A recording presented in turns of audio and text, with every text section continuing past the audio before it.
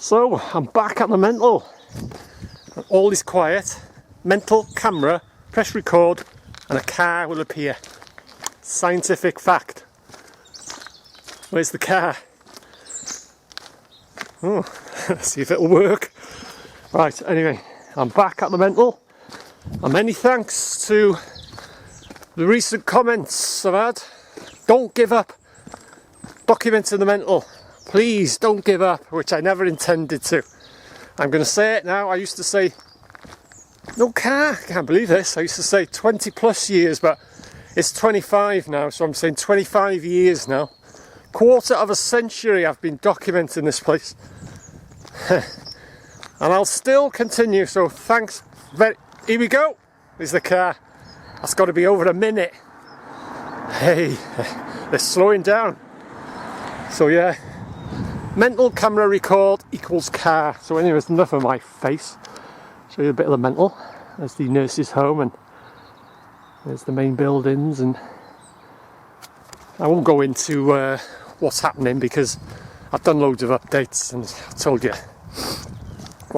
everything's gonna be knocked down, and bar the front buildings and 200 plus houses and God knows what. So anyway, there's another car, so yeah. It works. So right, bit about the patients. Well, to start with, 1844, they were starting to dig out the foundations for the mental. In 1844, and it was intended to be 200 beds. That's all it was, 200 bed hospital, and it just got overcrowded, and they kept. I think something. No, I've wiped the lens. I thought there was something on the lens. Yeah, it just got overcrowded, and they kept on to add to it and make extensions and stuff like that, because it was only to be 200 beds. That's all, 200 patients. And by the 1950s, there was just under 1,500 patients in the mental. It was so overcrowded. And it wasn't up until 1860, from the hours from 10 p.m. until 6 in the morning, there was no staff, no nurses, no doctors, no one, no attendants, nothing in the hospital. The patients were literally locked in.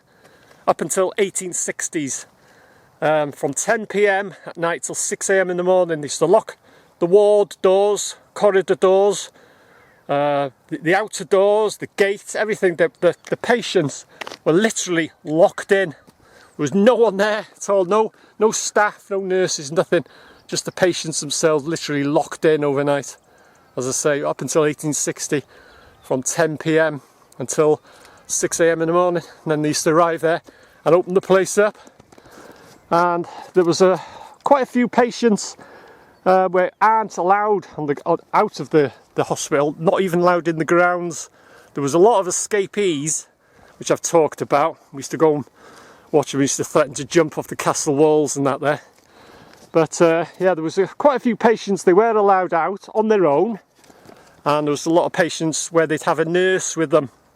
And I always remember they used to make their way along there, up and then down Love Lane, past the garage, where I used to live. My father retired, used to run Love Lane garage, and used to pass.